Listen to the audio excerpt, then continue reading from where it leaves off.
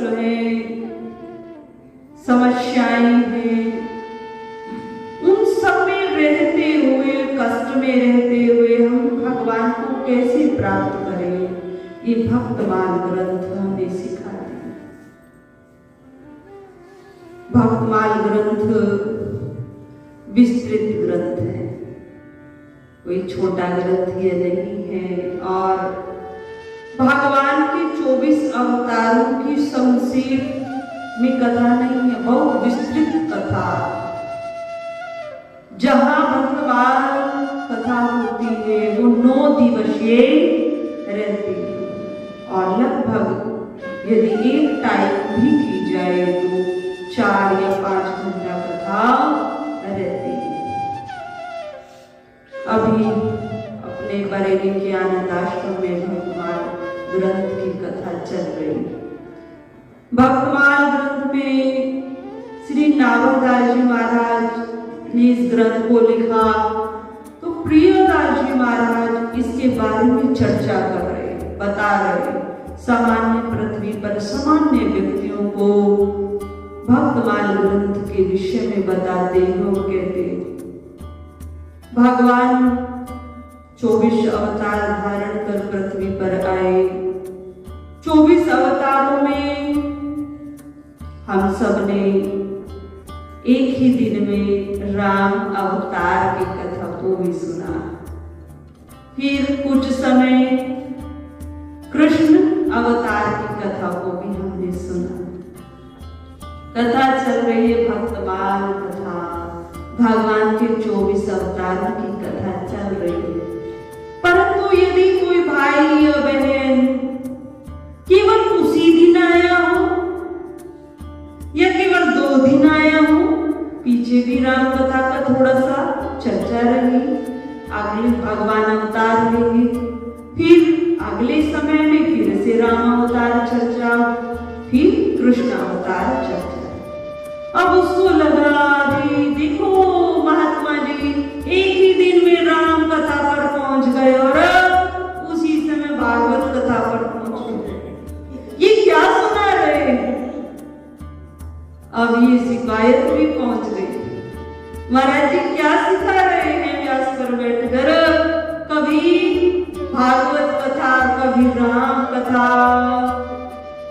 अब जिसने सुना ही एक दिन है या 2 दिन है, केवल राम अवतार कथा कृष्ण अवतार, तो ना तो उसे प्रारंभिक पता है और ना उसको ग्रंथ के बारे में पता है, चर्चा कहाँ चल रही है।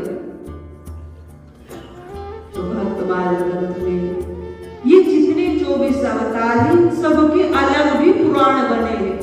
मत्स्य पुराण अलग है और भगवान की कृष्ण अवतार 10वां स्कंद अलग पुराण बना दिया है। तो इस प्रकार ये चर्चा चल रही है। पर उस वक्त की जैसी जिज्ञासा, अगर लेना भी किसी को नहीं आता तो व्यासपीठ ही क्यों, उसको भगवान ब्रह्मा जी भी दे नहीं सकते। जिसको लेना ही नहीं आता उसको यदि अमृत भी दिया जाए तो वो कहेगा ये जो दे रहा है ना, अगर अमृत होता तो ये दे ही नहीं पाता, ये उसको हमको प्रदान ही नहीं कर पाता। क्यों? क्योंकि उसको लेना नहीं आता। तो जिस बताया किसी ने तो हम तो हंसी आई। मैं तो बहुत कम तो प्राणी कथा में आ रहे हैं, उसमें से भी कोई ऐसा निकल आया कि राम कथा से कृष्ण कथा पर, कृष्ण कथा से फिर राम कथा पर। चलो अच्छी बात है, बढ़िया। तो भगवत कृपा से आज कल व्यास अवतार की कथा रही। भगवान ने कला रूप में अपने अंश से अवतार ग्रहण किया, अर्थात भगवान गर्भ से ही पृथ्वी पर आए। कलात्मक रूप से भगवान ने वेदों का, पुराणों का, इनका सब अध्ययन स्वयं भी कर और इनको सरल और सहज बनाते हुए पृथ्वी पर इनका विस्तार किया, इनको रचकर सामान्य पुरुषों को, हम सबको प्रदान किया। उसके पश्चात भक्तमाल ग्रंथ में श्री प्रियदास जी महाराज आ गए।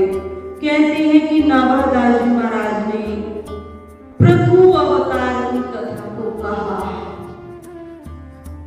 भगवान ने पृथु अवतार कैसे लिया? भगवान पृथु अवतार में हम सबको कुछ देने आए। भगवान जब भी दया धर्म पर आए हैं तो हम सबको सुख देने आए हैं, कष्टों की निवृत्ति हेतु आए हैं, धर्म की पुनः स्थापना हेतु आए। तो पृथु अवतार में भगवान ने मनुष्यों को ज्ञान नहीं था, वनस्पतियों का ज्ञान नहीं था, तो पृथु अवतार में भगवान का प्रकट्य कैसे हुआ? जो पृथु राजा के पिता थे वे बहुत नास्तिक थे और इतने नास्तिक थे कि सामान्य जन को भी कष्ट देते। कोई राजा कहाँ बैठता है, राजा के अधीन राज्य रहता और वे प्राणी यदि दुरात्मा हो, नास्तिक हो, अधर्मी हो, तमोगुण प्रधान हो तो फिर राज्य कैसे सुखी रहेगा, कैसे प्रजा सुखी होगी? पहले संत महात्माओं ने आकर बहुत समझाया, पर विधि का विधान अभी जो चर्चा करें, किसी को यदि हम अमूल्य खजाना भी दें और उसमें पात्रता नहीं है तो वह उसको ग्रहण नहीं कर सकता, नहीं ले पाएगा। संतों ने समझाया पर आज्ञा का उल्लंघन किया। जब संतों ने देखा एक राजा एक प्राणी के कारण प्रजा दुखी है, सामान्य जन दुखी है, तो साधु संतों ने मिलकर मंत्रों में बहुत शक्ति हो गई। पर आज उन मंत्रों को तांत्रिक प्रयोग करते, मंत्रों में बहुत शक्ति है, मंत्रों से वशीकरण, बंधन, मारण, उच्चाटन ये सब संभव है। पर हमारे जो शुद्ध सात्विक संत हुए हैं उन्होंने उस विद्या को छुपाया। क्यों? क्योंकि अस्त्र और शस्त्र उसके हाथ में शोभा पाते हैं जिसमें योग्यता है। अब जिसमें योग्यता नहीं है उसको यदि हम अस्त्र दे दें तो उसका गलत प्रयोग करेगा। उसी प्रकार हमारे ऋषि मुनियों ने उन वेदों के उन मूल मंत्रों को छिपाया है कि मानव पृथ्वी पर ऐसे होंगे, उनमें सहनशीलता नहीं होगी, उनमें विवेक बुद्धि नहीं होगी, वो इनका गलत प्रयोग करेंगे। पर यदि कोई जानता है और उनकी खोज कर उनको निकालता तो आज हमने तांत्रिक कहते। क्यों? क्योंकि वो कार्य ही यही करते, वो कार्य यही करते और ऐसा नहीं है लाभ नहीं मिलता। जो उनसे वो कार्य कराते हैं उनको वो लाभ मिलता, परंतु इस प्रकार के प्राणियों की जो गति होती है वो बहुत भयंकर होती है। उनको कभी मोक्ष नहीं मिल पाता, कभी पुनः शरीर मनुष्य का नहीं मिल पाता।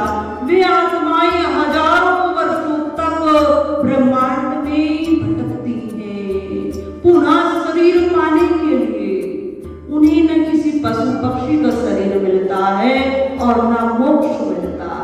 जो तांत्रिक क्रियाएं करते, किसी को दुख देने के लिए पैसे का व्यापार करते।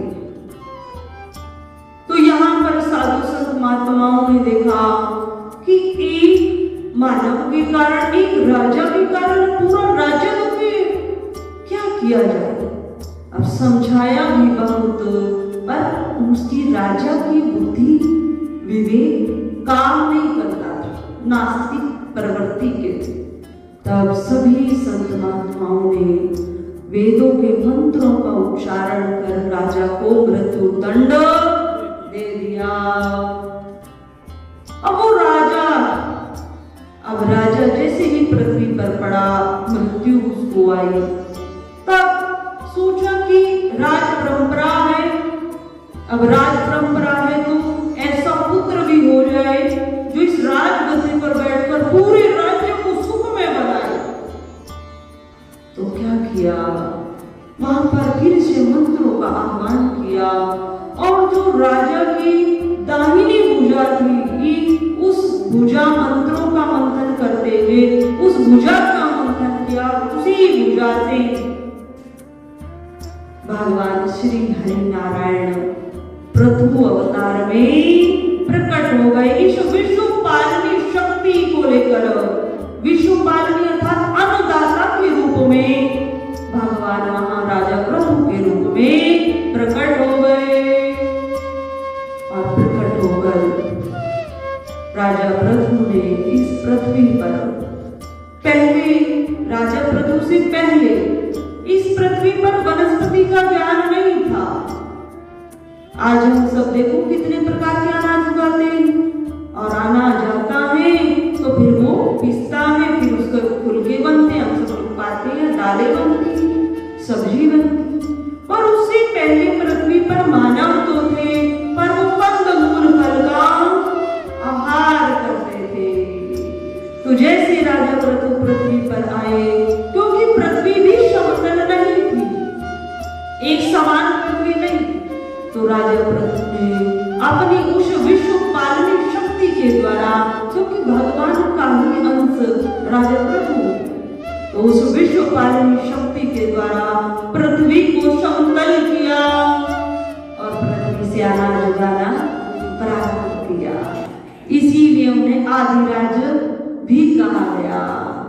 और राजा प्रभु की एक पहले माने कई ग्रंथों में पढ़ी है पुत्री भी थी, और उस पुत्री को उन्होंने बहन के रूप में माना। वे पुत्री उनकी नहीं थी, अन्य कोई राज्य में ही वे पुत्री थी। उस पुत्री को भी उन्होंने अपनी बहन माना, तो उन्हीं के नाम पर उनका भी नाम पृथ्वी पड़ गया। इस पृथ्वी का उद्धार करने के लिए, इसे उपजाऊ बनाने के लिए, हम सबको अन्न प्रदान करने के लिए, वनस्पति का ज्ञान देने के लिए भगवान राजा प्रभु के रूप में इस पृथ्वी पर आए। उसी प्रकार समस्त प्रजा को सुखी भगवान ने किया। अब श्री प्रियदास जी महाराज कहते हैं, श्री नाभादास जी महाराज ने श्री हंसावतार की कथा कही। श्री हंसावतार, हम सब जो साधु जन जो अति विद्वान हो जाते तो उनके आगे हंसाचार्य लगा देते, उसका क्या सेंस है? हंस किसको कहा गया? हंस में क्या विशेषता? हंस की विशेषता है, यदि हम एक पात्र लें और उस पात्र में दूध को भी डालें और फिर जल को भी डालें, तो हंस एक ऐसा जीव है कि वह दूध और पानी मिल चुका, पर हंस उसमें से दूध का चयन कर लेता है और जल को छोड़ देता है। ये उसमें विशेषता। तो हंसाचार्य क्यों लगाते हैं साधु संत महात्माओं के पीछे? जो अति विद्वान हो गया उनको हंसाचार्य कहते हैं। क्यों? क्योंकि वे संसार में रहते हैं और संसार में ही विषय विकार, तो इस संसार में रहते हैं, समाज के बीच रहते हैं, परिवारों में भी शयन करते हैं, परंतु इन सब के बीच में रहकर भगवत रूपी भगवत भक्तों के रस के आनंद का पान कर लेते हैं और विषय विकारों को जो कर दो छोड़ देते हैं। इसीलिए उन्हें हंसाचार्य कहा जाता। तो भगवान ने अवतार धारण किया, अंशावतार। एक बार ब्रह्मा जी सृष्टि रचता, एक बार समस्त ऋषिगण भगवान ब्रह्मा जी के पास आए। उन ऋषियों में किसी ने शब्द ऋषि जी की कथा कही है, कोई सनकादिक कहते हैं, पर ऋषिगण ब्रह्मा जी के पास आए और कहने लगे, पितामह आपने जो सृष्टि को रचा, हमारे हृदय में कुछ प्रश्न, कुछ संदेह है, उसको दूर कीजिए और हमें तत्व ज्ञान प्रदान कीजिए। 5 तत्वों से ये संसार बना और 5 ही तत्व इस शरीर में, आत्मा इससे भिन्न। इस प्रकार का ज्ञान, हमें जो इस ज्ञान पर संदेह संदेह है उसको दूर कीजिए, हमारे अज्ञान को नष्ट कीजिए। अब ब्रह्मा जी ने विचार किया, जो ये ऋषिगण हम मुझसे प्रश्न पूछ रहे, अब उन प्रश्नों का सही उत्तर, सही समाधान मेरे पास भी नहीं है। तो वह श्री ब्रह्मा जी ने अपने नेत्रों को बंद कर अंतर मन से ध्यान में श्री हरि का ध्यान किया और भगवान श्री हरि को वो सारे प्रश्न सौंप दिए। जैसे ही भगवान ब्रह्मा जी ध्यान कर श्री हरि नारायण जी को वो ज्ञान दे रहे थे जिस पर संत ऋषि मुनियों को संदेह था, तो भगवान ब्रह्मा जी ने जैसे ध्यान किया और भगवान श्री हरि नारायण तक में सब ज्ञान पहुंचा, तो भगवान वहीं पर श्री हंसावतार के रूप में प्रकट हो गए, अर्थात बहुत विद्वान तेजस्वी साधु के रूप में वहीं पर श्री हरि नारायण प्रकट हो गए। और जितने समस्त ऋषिगण संत जन थे उन सबको वह ज्ञान प्रदान किया जिसकी उन सबको जिज्ञासा थी। जो संदेह लेकर वहां आए थे उस संदेह को दूर किया और भगवान ने इस सृष्टि का परम गोपनीय ज्ञान, तत्व ज्ञान, जिसकी यदि आज चर्चा की जाए तो हम सबको लगता है ये कैसे संभव हो सकता, हम यही कहेंगे वो कैसे संभव हो सकता, उस पर हम सबको संदेह हो जाएगा, पर वो घटित हो रहा और होगा। क्यों? क्योंकि वेदों की बात, ग्रंथों की बात कभी असत्य नहीं हो सकती। अब हम इस सृष्टि में देखें, कलयुग की आयु पर चर्चा है। भगवान ब्रह्मा जी का श्री नामदास जी महाराज ने इसको लिखा कि एक कल्प बीत जाने पर ब्रह्मा जी का एक दिन व्यतीत होता है। और एक कल्प कितना होता है? कितना होता है? कल मनवंतर की चर्चा आई कि एक मनवंतर में 4 युग होते हैं। सतयुग है, त्रेता है, द्वापर है, कलयुग है। 4 युग एक मनवंतर में होते हैं और कलयुग की आयु सबसे ज्यादा कम है और उसकी अभी बहुत शेष है, प्रथम चरण में हम हैं। तो जब मनवंतर बीतते हैं, तो जब 1000 मनवंतर बीत चुके होते हैं तब एक कल्प होता है। जब 1000 मनवंतर बीत चुके होते हैं, चारों युग 1000 बार आकर बीत चुके होते हैं, तो एक कल्प होता है और वो एक कल्प ब्रह्मा जी का एक दिन कहलाता। देखो कितनी विचित्र माया, इतना समय। और उस एक दिन में ब्रह्मा जी की रात्रि होती है और दिन भी होता। तो हम देखें कि हम जो जीवन यापन कर रहे हैं 100 वर्ष की आयु, और उसी में भी हम सब ग्रंथों का अध्ययन करते हैं, भजन साधन है, संसारिक क्रियाएं। हम अपने यदि विवेक को प्रबल कर यदि इसको देखें तो हमें ये ज्ञात होता है कि ग्रंथों में बात असत्य नहीं हो सकती। हम सबके देखते हुए सूक्ष्म जीव भी इस पृथ्वी पर रहते जो हमें इन आंखों से दिखाई नहीं देते। तो जब वे सूक्ष्म जीव हमें दिखाई नहीं देते तो परम पिता परमात्मा इस सृष्टि को जिसने बनाया है वो कैसे इन नेत्रों से दिखाई दे सकता? उसको भी तो देखने के लिए एक विशेष दृष्टि चाहिए। जैसे उस सूक्ष्म जीव को देखने के लिए हमें एक लेंस की आवश्यकता होती है जो उसको दिखाती है। ऐसे ऐसे जीव जंतु या वायरस पृथ्वी पर है जो मात्र जिनकी आयु 10 या 15 सेकंड है, उसमें वो जन्म में लेते हैं, पनप भी जाते हैं और मृत्यु को प्राप्त हो जाते हैं। मात्र 15 सेकंड उतनी उनकी आयु है, जन्म है और तो उनके लिए देखो हमारी संख्या, हमारी एज कितनी।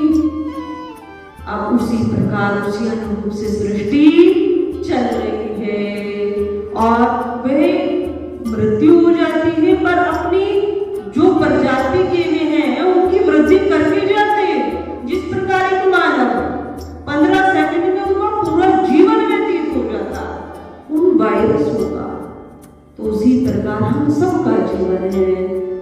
भगवान शिव ने मां पार्वती को यही कहा था, हे उमा, जो तुम मेरा अनुभव पूछती हो ना, कि मैं ग्रंथों की चर्चा नहीं कर रही, मैं तो आपका अपना निजी अनुभव जानना चाहती हूँ। आप इतने समय तक भजन करते, ध्यान करते, आप समाधि में रहते, और भगवान की समाधि कोई सामान्य समाधि नहीं होती, बहुत अवधि की समाधि भगवान शिव लेते। तो मैं आपसे पूछना चाहती हूँ, आपका अपना अनुभव क्या? तो भगवान ने उमा को क्या कहा, मां पार्वती से क्या कहा? बहुत विचारणीय प्रश्न है, बहुत विचारणीय प्रश्न है। यदि हम इसका विचार करते रहेंगे तो इस संसार के प्रति जो मोह है, ममता है, आसक्ति है, वो नष्ट हो जाए। बहुत विचारणीय। चौपाई क्या कहा? उमा कहूं मैं अनुभव अपना, सत हरि भजन जगत सब सपना। हे उमा, अगर इस संसार में कोई सत्य है तो वो ईश्वर है।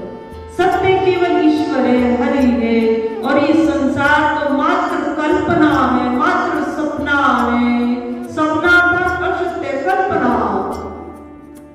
जिस प्रकार हम शयन करते हैं उसमें हमें सपना अवस्था में हम होते हैं और हम विभिन्न प्रकार की घटनाओं को देखते हैं, और उस सपने में भी कई बार होता है हम रो रहे होते हैं। हम उस स्थान पर गए नहीं हैं पर जहां होते हैं, तो क्या उस समय हमें ये लगता है हम सपने में हैं? नहीं लगता है। उस समय तो हम उस स्थान पर होते हैं, परंतु जब जागृति आती है तब लगता है आज मैंने इतना भयंकर सपना देखा, आज मैं अमुक स्थान पर गया था। और कई लोग तो बहुत डर जाते हैं, वो तो सर्च करते हैं, संतों से पूछते हैं, अमुक मुझे ऐसा घटित सपना दिखा, ऐसी घटना मुझे दिखी, मैं सपने में भी भयभीत हो गया, रो रहा था, रोती रोती मेरी आंखें। तो जब हम उसमें जो हमें अनुभव होता है उस सपने में, उसकी अनुभूति हमें होती है, तो अनुभव हम करते हैं, और जब जागते हैं तो लगता है ये सपना था। तो क्या जब अब हमारे साथ ये सब काल्पनिक संसार में हमें जब इससे हम जागेंगे तो लगेगा रे हम तो परमात्मा के अंश हैं, ये तो सब कल्पना मात्र है, सब लीला हो रही थी, सब लीला। भगवान ने एक डुबकी लगाई थी और सुदामा को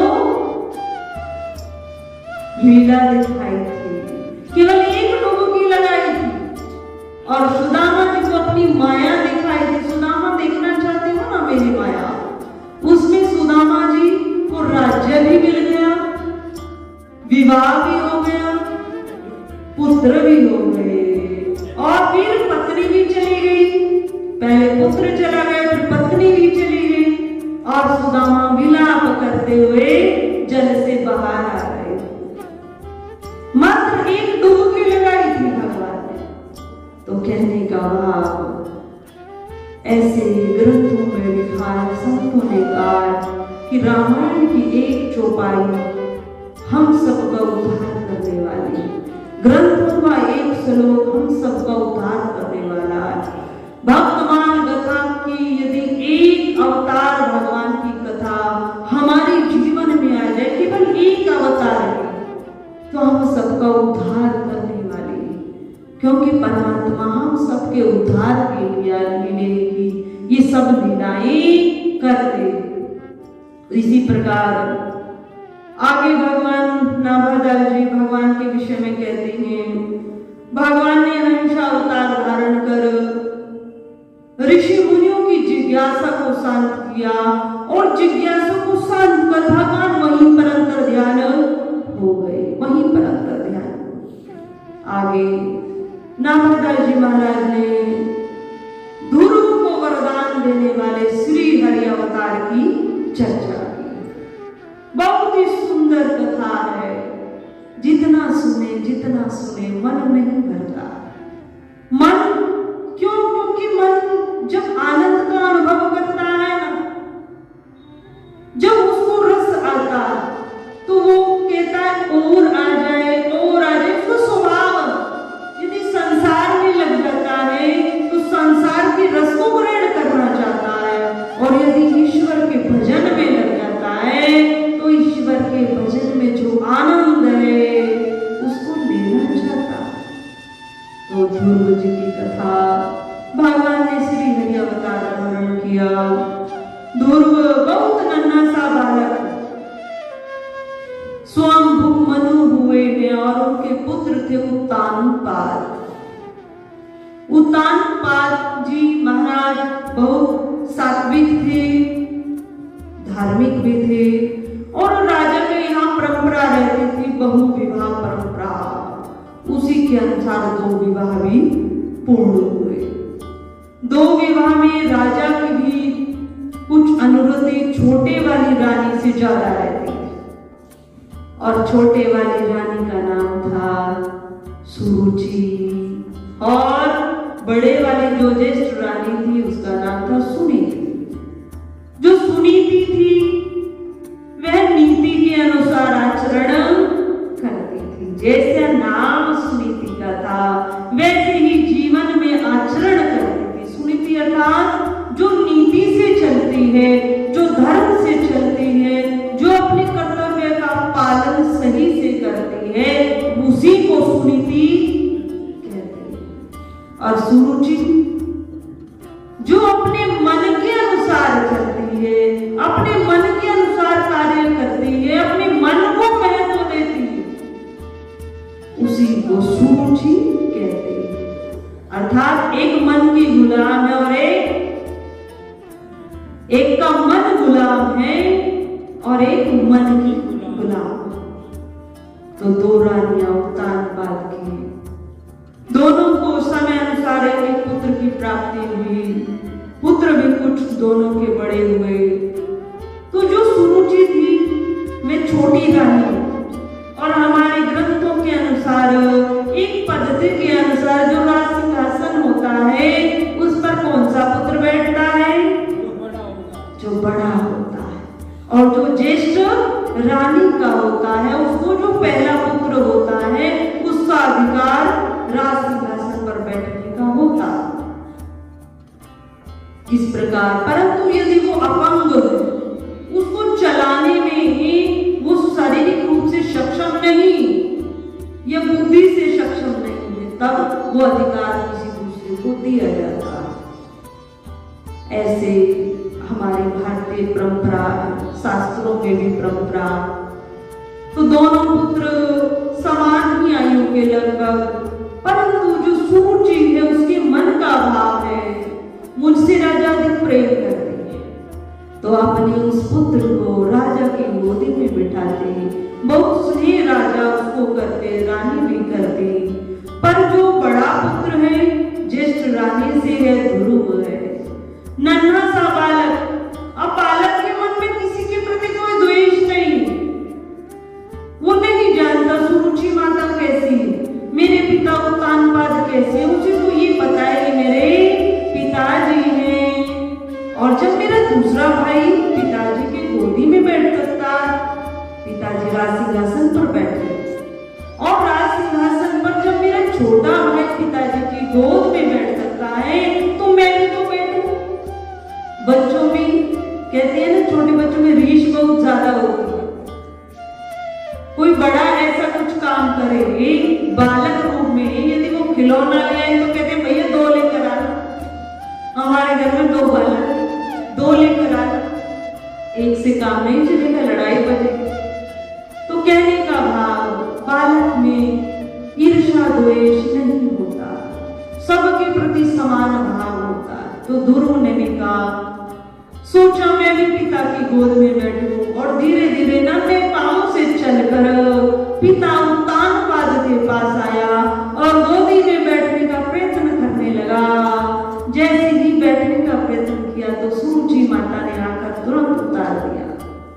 अब कोमल बालक है, उसको कहा कि तू पिता की गोद में बैठना चाहता है? हाँ माँ, मैं भी बैठना चाहता हूँ, मेरा छोटा भाई बैठे। और सुरुचि ने कहा, पुत्र तुझे बैठना है ना, तो तुझे मेरे गर्भ से जन्म लेना पड़ेगा, तुझे मेरा पुत्र बनना पड़ेगा। और ये कैसे होगा कि तू भगवान की यदि तपस्या करेगा, भजन करेगा, साधन करेगा, तब तुझे मेरे गर्भ से जन्म मिले और तुम भगवान उत्तान पाद की गोदी में बैठ सकता है, तभी अधिकार तुझे मिल सकता है। ये भगवान दे सकते हैं अधिकार। बस इतना कह दिया, नन्हा सा बालक इतना समझ गया कि पिता की गोदी में यदि मुझे बैठना है तो भजन करना पड़ेगा। उसे नहीं पता सिंहासन क्या होता, राजपाट क्या होता, बस इतनी सी शिक्षा मिली। दौड़ता हुआ मन में यही भाव है कि सुरुचि माता ने मुझे यही कहा, जैसे कोई छोटा सा काम होता है वो करके आपके लिए कार्य हो जाएगा। उस प्रकार सुनीति माता के पास आया, माँ से कहने लगा, माँ मैं आज पिता की गोदी में बैठना चाहता था, पर सुरुचि माता ने मुझे रोक दिया और ये कहा। तब माता ने कहा, वह भी तेरी माँ, यदि तुझे भजन के लिए आज्ञा दी और भगवान की गोदी में तुझे बैठना और तुझे राज सिंहासन पाना है तो बेटा तब अवश्य करना पड़ेगा, तुझे भगवान अवश्य तेरा अधिकार देंगे, क्योंकि वो माँ जानती है किसको क्या अधिकार मिलना चाहिए। तो सुनीति माता की हृदय में ये बात है कि मेरा ज्येष्ठ पुत्र है और महाराज की मैं ज्येष्ठ पत्नी, तो अधिकार तो ध्रुव का है ना, कि यदि तुझे तेरा अधिकार दे सकते हैं तो केवल भगवान दे सकते हैं, केवल भगवान का भजन कैसे करना है, कहाँ जाना है, किस जंगल में भजन करना है, ये ध्रुव को नहीं ज्ञात है। ध्रुव को नहीं पता है राजपाट क्या है, ध्रुव को तो केवल पिता की गोदी में बैठना। मन में यही भाव, नन्हे पांव से चलता हुआ ध्रुव 5 साल का बालक जंगल में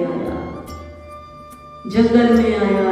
माता को विश्वास है, जाको राखी साइया मार सके न कोई, बाल ना बांका कर सके जो जग बैरी होए।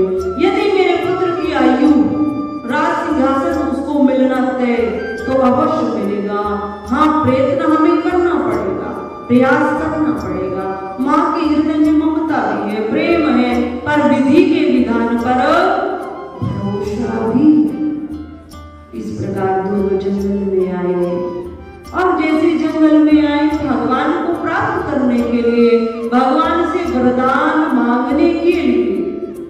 भगवान अंतर्यामी है, सब कुछ जानते।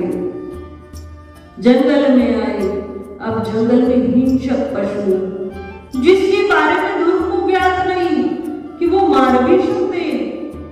ध्रुव जंगल में आए हैं, अटूट श्रद्धा विश्वास भगवान पर है, भगवान मुझे अवश्य वरदान देंगे।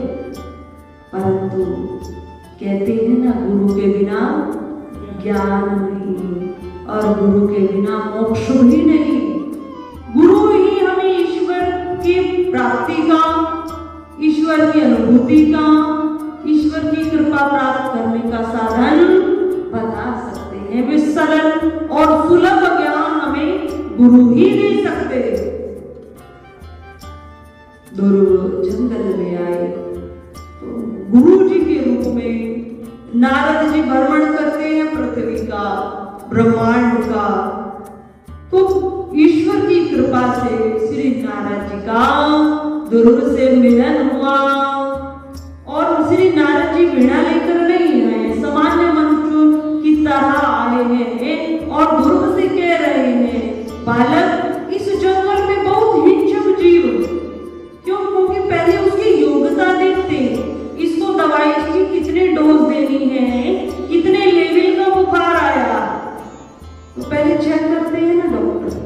तो उसी प्रकार संत जन भी उसकी योग्यता को देखते हैं। श्री नारद जी ने कहा, हिंसक जीव है, बालक तुम घर लौट जाओ, ये जंगल है, इसमें भोजन नहीं मिलेगा, रात्रि में घोर अंधेरा हो जाता, तुम कैसे रहोगे, कहां पर शयन करोगे, कैसे कंदमूल फल का आहार करोगे, तुम वापस घर लौट जाओ।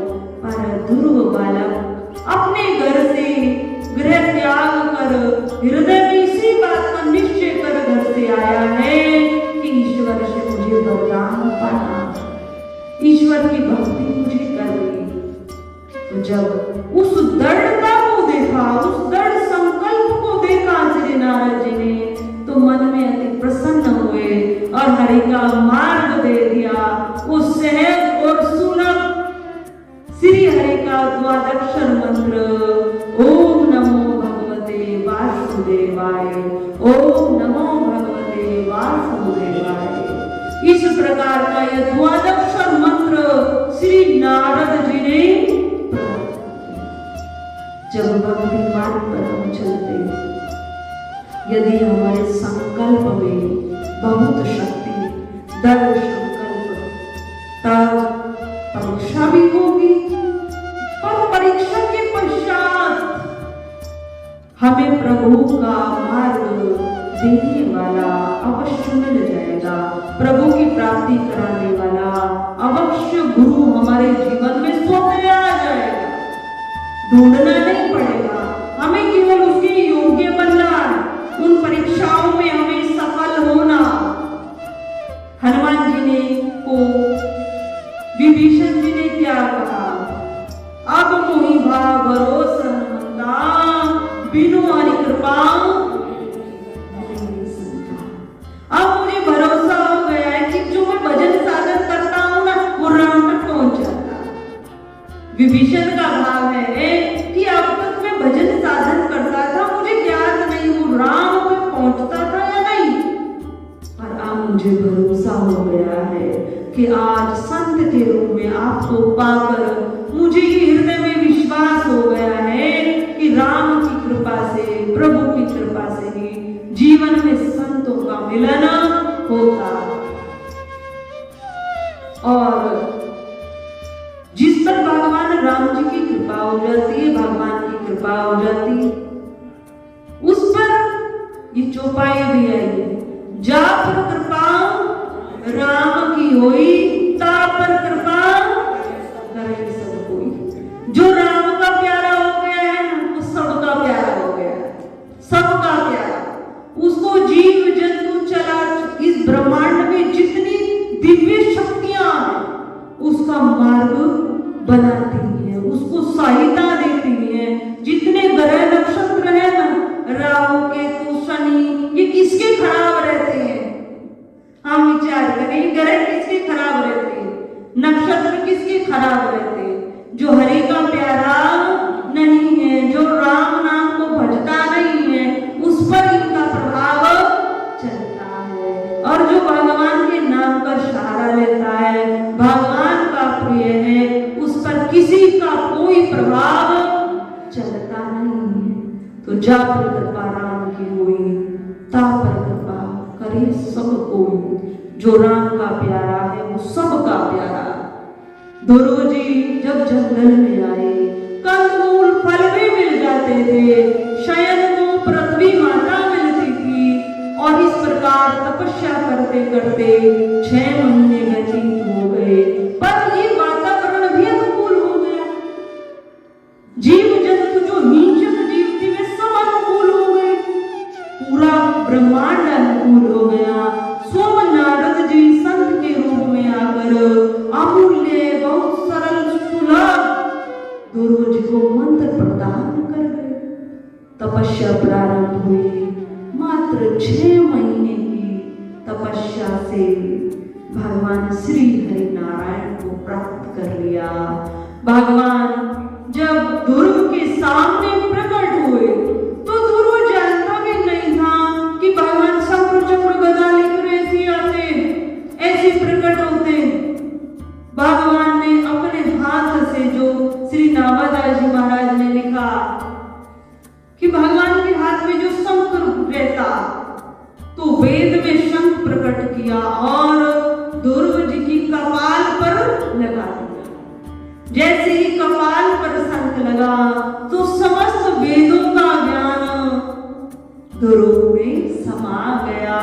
वरदान नहीं मांगा था, ध्रुव ने वरदान नहीं मांगा था, उससे पहले ही भगवान ने इस क्रिया को किया, तो समस्त वेदों का ज्ञान ध्रुव के अंदर समाहित हो गया। और ध्रुव ने जब पहचाना श्री हरि नारायण मेरे समक्ष मुझे वरदान देने के लिए प्रकट हुए हैं, तो वेदों की वाणी के अनुसार उनकी स्तुति करने लगा। नन्हा सा बालक ध्रुव ने वेदों के अनुसार भगवान की स्तुति को किया। भगवान अति प्रसन्न हुए हैं। और अब तक ध्रुव के मन में था भगवान आएंगे और मुझे वरदान भी देंगे, पर कैसे आएंगे ये सब ज्ञात नहीं, कि मुझे अपने पिता की गोदी में बैठना। पर अब जो वो ज्ञान मिला, वेदों का ज्ञान मिला है, भगवान का स्पर्श मिला है, तो ध्रुव ने भगवान से क्या मांगा? कुछ नहीं मांगा। ध्रुव ने भगवान से कुछ नहीं मांगा है, भगवान ने स्वयं ध्रुव को दिया है। ध्रुव, तुम्हें ऐसा अटूट राज्य प्राप्त होगा जो ध्रुव ही कहलाएगा, अर्थात उसका कभी खंडन नहीं होगा, वो कभी नष्ट नहीं होगा। इतना बड़ा पद भगवान ने दे दिया। तो इस प्रकार भगवान ने जो ध्रुव के समक्ष श्री हरि अवतार प्रकट किया, उसमें प्रेम लीला भी की है, ध्रुव के प्रति प्रेम भी जताया। ध्रुव नन्हा सा बालक है, अभी समाज को नहीं जानता था, संसारिक मोह वस्तु उसके अंदर नहीं थी, बहुत ही सरल स्वभाव का नन्हा सा बालक। तो भगवान जिस प्रकार ध्रुव के समक्ष प्रकट हुए, श्री नामदास जी महाराज लिखते हैं, भगवान का यही अवतार श्री हरि अवतार कहलाया। जागी रही भावना जैसी, प्रभु मूरत देखी तेरी जैसी। यदि हम भगवान को ऐसा मानते हैं ना, भगवान इतनी सी भक्ति से प्रसन्न नहीं होंगे, भगवान को इस प्रकार का लड्डू ही खाएंगे, भगवान की इस प्रकार से सेवा ही करनी पड़ेगी, तो माताओं की करनी पड़ेगी। और यदि यही मानते हो कि हम भगवान के हैं, हम भगवान के हैं, और हम भगवान से ही भगवान को कहते हैं, प्रभु मैं तो संसार में हूं और आप संसार से परे, मैं तो विषय विकारों में हूं और आप समस्त विकारों से परे। तो देखो आप भी मन में कितना अंतर है। अगर फिर भी मैं इस संसार में विषय विकारों में रहकर आपकी कृपा से, मेरा अपना बल नहीं, क्यों? क्योंकि मैं संसार हूं, आपकी कृपा से आपका कुछ भी भजन साधन करता हूं, तो हे ईश्वर, हे सर्वश्रेष्ठ, हे सर्वव्यापक, उसको स्वीकार कीजिए, उसको स्वीकार कीजिए और मेरा उद्धार कीजिए, मेरा उद्धार कीजिए, मेरा उद्धार कीजिए। तो कितनी सी प्रार्थना है।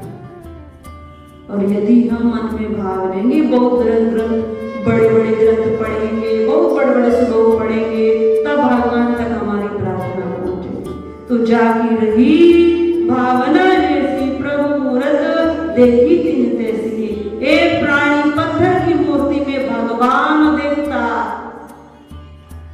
और एक प्राणी केवल पत्थर देखता है, पाषाण देखता है। कितना सुंदर कारीगर, कितना कार्य अच्छा किया है, कारीगर बहुत सुंदर है, इसने कितनी सुंदर प्रतिमा बनाई है।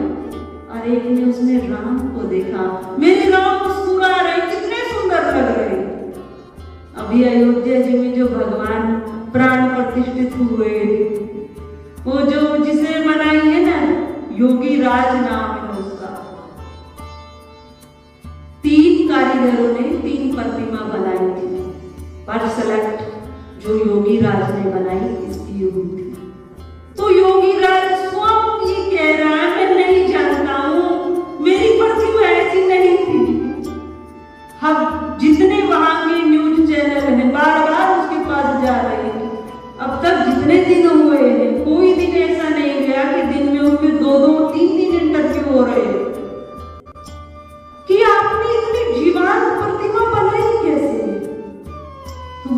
बार एक ही बात कहता है कि मुझे नहीं ज्ञात। और जब राम मंदिर में प्राण प्रतिष्ठित होकर मैंने स्वयं भी दर्शन पाए तो मुझे लगता ही नहीं है मैंने ये प्रतिमा बनाई है, मुझे नहीं लगता। और परंतु इतना अवश्य है कि मैं बहुत द्वंद्व में था, बहुत द्वंद्व में। द्वंद्व कैसा कि मुझे जो ऑर्डर दिया गया था कि वो 5 साल के बच्चे की प्रतिमा के रूप में भगवान राम को बनाया जाए। मैंने 1000 बच्चों को स्कूल में मैं गया और 1000 बच्चों की चेहरों को देखता रहा, मुस्कुराता हुआ। कौन सा ऐसा चेहरा मिल जाए जिसको मैं उस पत्थर में आकार दे दूं? कौन सा ऐसा चेहरा मिल जाए मैं उसको आकार दे दूं? पर मेरे मस्तिष्क में भी ऐसी छवि नहीं थी जैसी इस प्रतिमा की हो गई। इतनी जीवंत प्रतिमा, तो कहने का भाव जैसी जिसकी भावना है वो स्वयं भी कहता है ये ईश्वर की कृपा है, मेरी अपनी सामर्थ्य नहीं कि मैं इस प्रकार की इतनी जीवंत मुस्कुराती हुई प्रतिमा को बना सकूं। तो इस पर संत ऋषि मुनियों ने क्या कहा?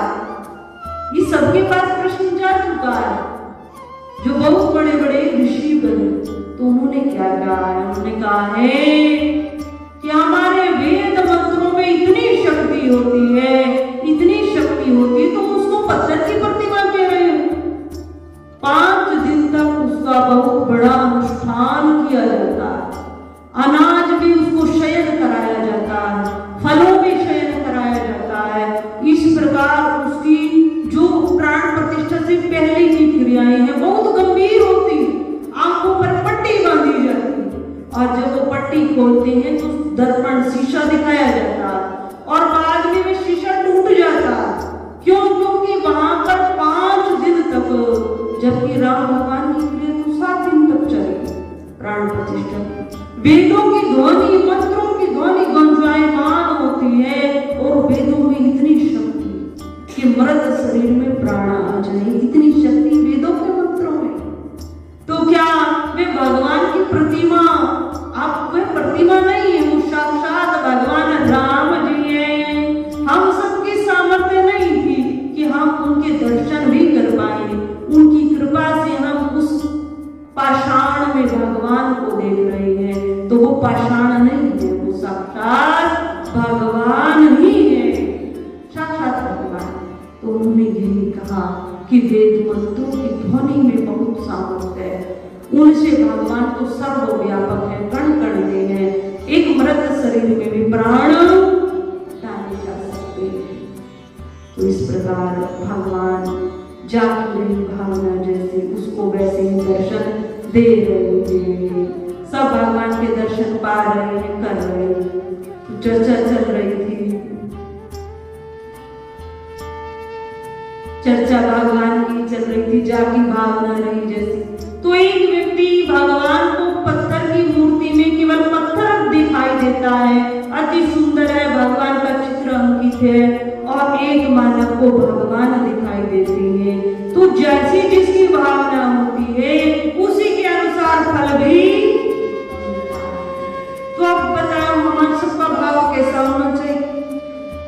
हम भगवान के दर्शन करें या फिर भगवान में, पत्थर में भगवान को देखें? हम पत्थर की प्रतिमा बहुत सुंदर बनाई है पर है पत्थर, तो हम सबका भाव कैसा होना चाहिए? उसी के अनुसार हमें फल मिलेगा। तो हमारी उच्चतम भावना होनी चाहिए। उच्चतम भावना का जितना हम प्रयत्न कर उसमें भगवान को निहार सके, भगवान के दर्शन पा सके, उतना हमें लाभ लेना चाहिए। बार बार प्रणाम करने से भी सिद्धि प्राप्त होगी। यदि किसी को सिद्धि प्राप्त करनी है ना, कि जीवन में कभी अभिमान न आए, ऐसी सिद्धि प्राप्त करेगा कि अभिमान न आए, तो सिद्धि प्राप्त करने का मूल मंत्र है कि भगवान जहां पर भी ईश्वर के दर्शन हो जाए, जहां पर ज्योति जगती हुई दिखाई दे जाए, चाहे वे अपनी हो चाहे अन्य किसी भाई ने जगाई, तुरंत वहां पर हम अपने सर के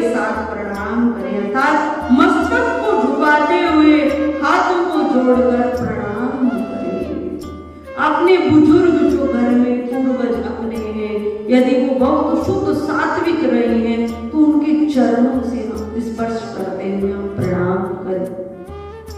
तो यदि हम दिन में इस प्रकार की क्रिया 7 बार, 5 बार या 9 बार भी नित्य प्रति करते रहते हैं, तो ये सिद्धि प्राप्त हो जाती है और जीवन में कभी अभिमान नहीं आता। इस प्रकार हम भगवान को हर समय निहारते हुए प्रणाम करते रहे। आगे श्री नामदास जी महाराज ने भगवान की श्री धन्वंतरी अवतार की कथा कही। श्री धन्वंतरी अवतार में भगवान जब समुद्र मंथन हुआ, समुद्र मंथन में भगवान के मुख्य रूप से माने तो 3 अवतार हुए। कमठ अवतार, दूसरा मोहिनी अवतार और मोहिनी अवतार से भी पहला धन्वंतरी अवतार। तो धन्वंतरी अवतार में भगवान ने स्वयं हाथों में समुद्र मंथन हो रहा, समुद्र मंथन के में जो सबसे लास्ट का जो पदार्थ आया वो अमृत था और स्वयं धन्वंतरी देव उस अमृत कलश को लेकर प्रकट हुए और धन्वंतरी देव उस अमृत कलश को लेकर प्रकट हुए और देवताओं को वो कलश हाथों में देना चाहते थे, परंतु दैत्यों ने उसको छीना था। पर भगवान जैसे ही प्रकट हुए थे तो भगवान ने कुछ वेदों के बीज मंत्र, कुछ वेदों को जिसमें जिन वेदों में हमारे आयुर्वेद का ज्ञान था, आयुर्वेद अर्थात स्वास्थ्य की औषधियां, शारीरिक जो व्याधियां हैं, रोग है, कष्ट है, उनकी निवृत्ति का साधन भी भगवान साथ लेकर आए थे। आयुर्वेद का समस्त ज्ञान भगवान धन्वंतरी के रूप में प्रकट होकर अपने साथ में लेकर आए थे और वह भी देवताओं को धन्वंतरी महाराज ने सौंप दिया कि संसार में कष्ट भी बहुत है, व्याधियां बहुत है, तो इसमें वे सब ज्ञान निहित है कि कौन से रोग में कौन सी जड़ी बूटी लेनी चाहिए।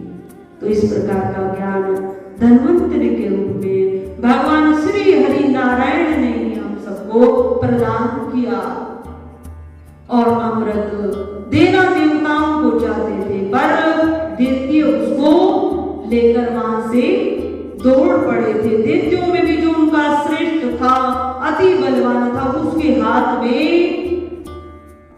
अमृत कलश था और उसी प्रकार आगे भगवान ने मोहिनी अवतार धारण किया था। परंतु नामदास जी महाराज ने मोहिनी अवतार की चर्चा भक्तमाल ग्रंथ में नहीं की। उसके पश्चात भगवान के ने सनकादिक ऋषियों के रूप में अवतार लिया। सनकादिक ऋषि भगवान ब्रह्मा जी के मानस पुत्र भी कहे गए, परंतु सनकादिक ऋषि सनक, सनंदन, सनातन, सनत कुमार, तो इस प्रकार भगवान स्वयं इस ब्रह्मांड में विचरण करते हैं और इनके माध्यम से, इन चारों भ्राताओं के माध्यम से भगवान इस ब्रह्मांड में विचरते हैं और ये चारों भाई अजर अमर हैं। ये सारे मनवंतरों में होते हैं। हम सोचे कलयुग में नहीं, सतयुग में भी थे, द्वापर में भी थे, त्रेता में भी थे और आज कलयुग में भी, और आगे जो मनवंतर होगा फिर से होंगे। तो भगवान चार भ्राताओं के रूप में पृथ्वी के वायुमंडल को पवित्र करने के लिए, सप्त ऋषियों को ज्ञान देने के लिए और भक्ति बढ़ाने के लिए भगवान ने ये चार रूप धारण किए थे, जिससे वेदों की, ग्रंथों की रक्षा होती रहे और भक्ति की प्रधानता बनी रहे। आगे भगवान के बहुत अभिशेष अवतार है। मनमंत्र अवतार भगवान का है, यज्ञ अवतार भगवान का है, श्री ऋषभ अवतार भगवान का है ग्रीव अवतार है और श्री बद्रीपति नर नारायण भगवान का अवतार है, श्री दत्तात्रेय अवतार है और कपिल देव अवतार है। परंतु समस्त अवतारों में एक बात कॉमन है, वह कॉमन बात यही है कि भगवान हम सबके कष्ट निवर्ती है। भगवान बैठे क्षीर सागर में, भगवान क्षीर सागर में मुख्य रूप से विराजते, तो भगवान क्षीर सागर में बैठे हुए ये हम सब भगवान के अंश, तो भगवान को ये ज्ञात रहता है कब कहां पर क्या समस्या उत्पन्न होने वाली है, देवताओं को कहां पर कष्ट होने वाला है, तो भगवान वहीं से उस कष्ट निवृत्ति के लिए, संसारिक प्राणियों को सुख देने के लिए भगवान योजना बनाकर कहां पर कौन सा शरीर उपयोग कर देगा, कहां पर किस प्रकार से प्रकट होना चाहिए, उसी प्रकार से प्रकट होकर वहां दुखों की निवृत्ति करते हैं और भक्तों को परमानंद प्राप्त कराते हैं, भक्ति को बनाए रखते हैं, सृष्टि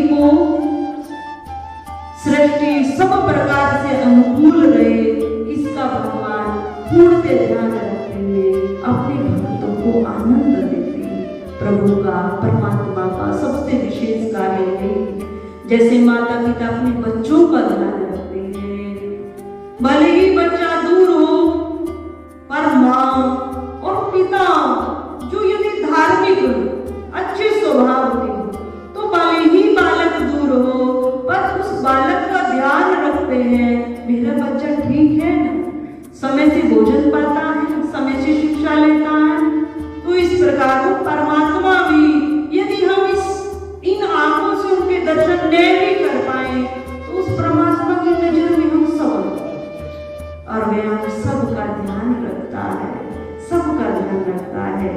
जो साधु जन है, जो पवित्र आत्माएं हैं, यदि उनका अनुभव लिया जाए तो वो कहती है पग पग पर रक्षा करते, हम नहीं जानते हमारा संध्याकालीन भोजन कहाँ होगा, हम नहीं जानते कल का प्रवास कहाँ रहेगा, और वो परमात्मा हमारे जाने से पूर्व ही वहां सब व्यवस्था कर देता है।